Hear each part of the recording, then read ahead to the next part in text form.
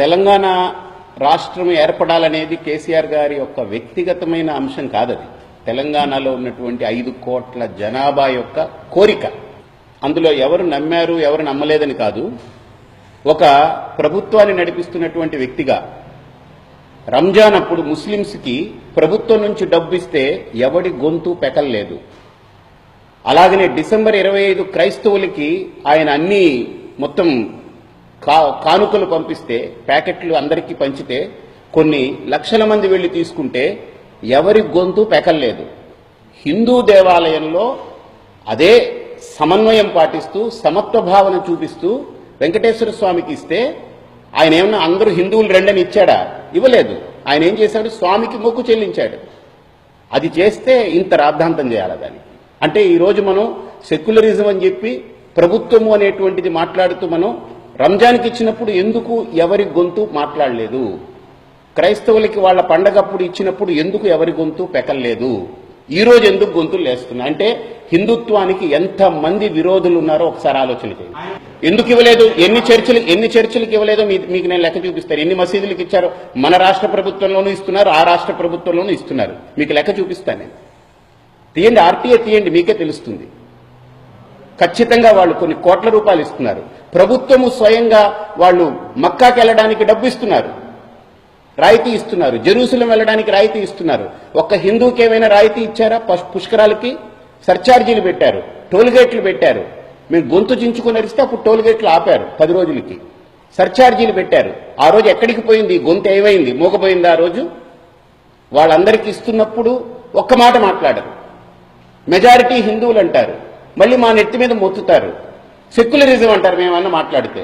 ఒక పక్క మైనారిటీలు వాళ్ళకి చూడాలంటారు, మాకు కూడా చేయండి అని అంటే మీరు మెజారిటీలు ఈ సెక్యులర్ ప్రభుత్వం మీకు చేయకూడదు అంటారు. మాకు చేస్తే సెక్యులరిజం గుర్తుకొస్తుంది, తెర మీదకి వస్తుంది. వాళ్లకు చేస్తే మైనారిటీ అనే బుజ్జగింపు విధానం గుర్తుకొస్తుంది.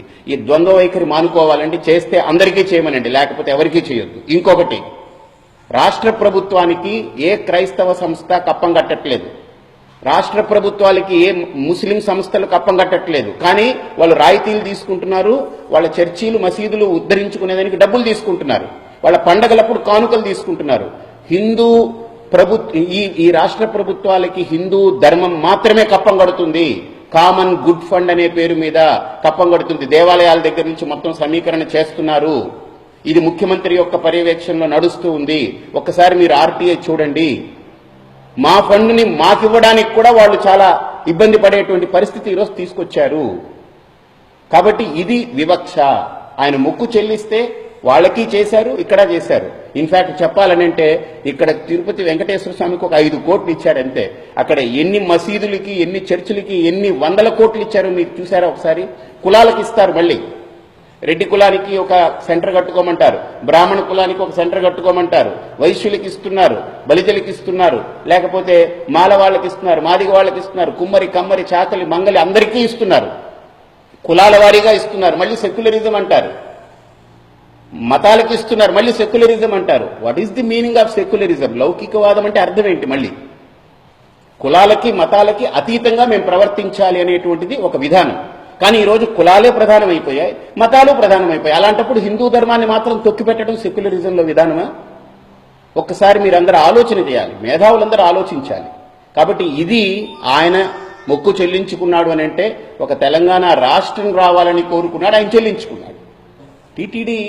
టీటీడీ పిలిచి కేసీఆర్ గారు మీరు మాకు డబ్బులు ఇవ్వండి, లేకపోతే చంద్రబాబు నాయుడు గారు డబ్బులు ఇవ్వండి, లేకపోతే పరిపూర్ణానంద స్వామి మాకు వచ్చి మొక్కు చెల్లించిన వెంకటేశ్వర స్వామి అడగలేదు, టీటీడీ అడగలేదు.